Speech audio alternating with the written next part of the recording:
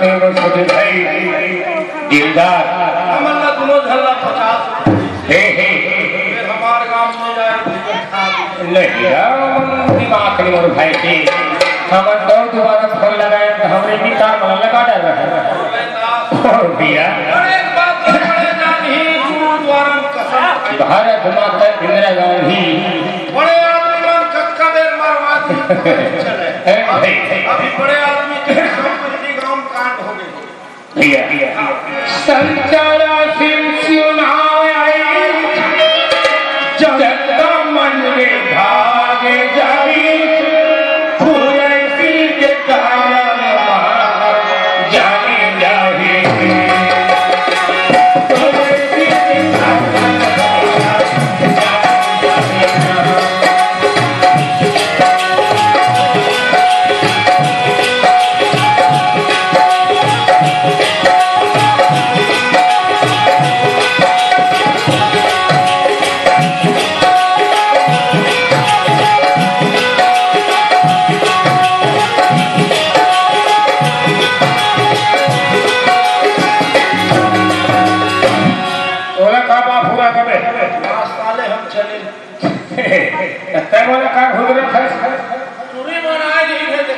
कहाँ जाने पैसा देते हैं 12,000 का पैसा लगा बेटा राम कुमार भाई 10 बजे रात के फोन नहीं उठाया बता दो मैं उठाया चल पूछा हम सो गए रहे चारों मुड़ा कमाच बंद पते नहीं चला 3 घंटे बनाए भेले के खिलाए रहे रात भर कहा था पैसा देवा है दाई ठीक कहता है देखो पैसी आए कहानी ये दे बर्बाद करते कहा से बोले दुकान बनवा है और हम तो भाई आए हैं हमला कैसे दुकान नहीं बनावा रे क्या करे पागल कैसे काशिराम भाई हां इतना परहेज दिमाग का हाफ पैंट होता है इन्हें 3 घनारी है ओमन नारी क्या देगा हमन दुलो धन नरवाएगा धीरे ऊपर नारी कहा हां हमन नरवाए एहा कोद कोदर है भैया और ये मोर भास्कर भाई मोर दुखिया मोर म्यानो मोर बड़े बाप हमने याद करके बुलावा थे नवागांव कला भैया संचरासी चुनाव आए जनता मन के भाग जागी खुशी कारण मन जान जा फिरे सरपंच गाड़ी खावे मार खावे अच्छा करवे तबो बुरे करवे तबो गाड़ी खावे बुरे होते मर्डरे हो जाते सरपंच जेल मर्डर एंड भाई पंचो मर्डर थे कुर्सी के कारण में जान तक जा एंड भाई तो दादा तेरे रहो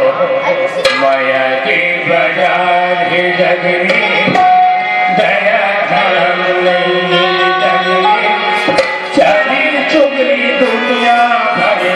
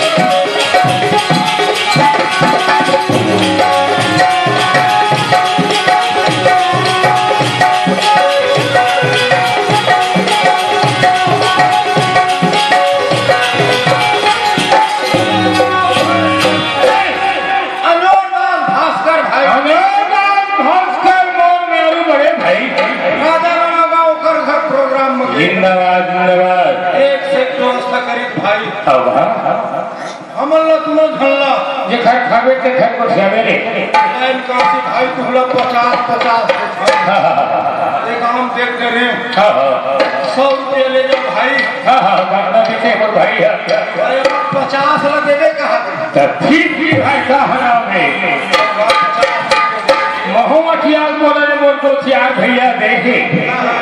तो भर रहे खेती बन नहीं 25 अब ये जगत के लिए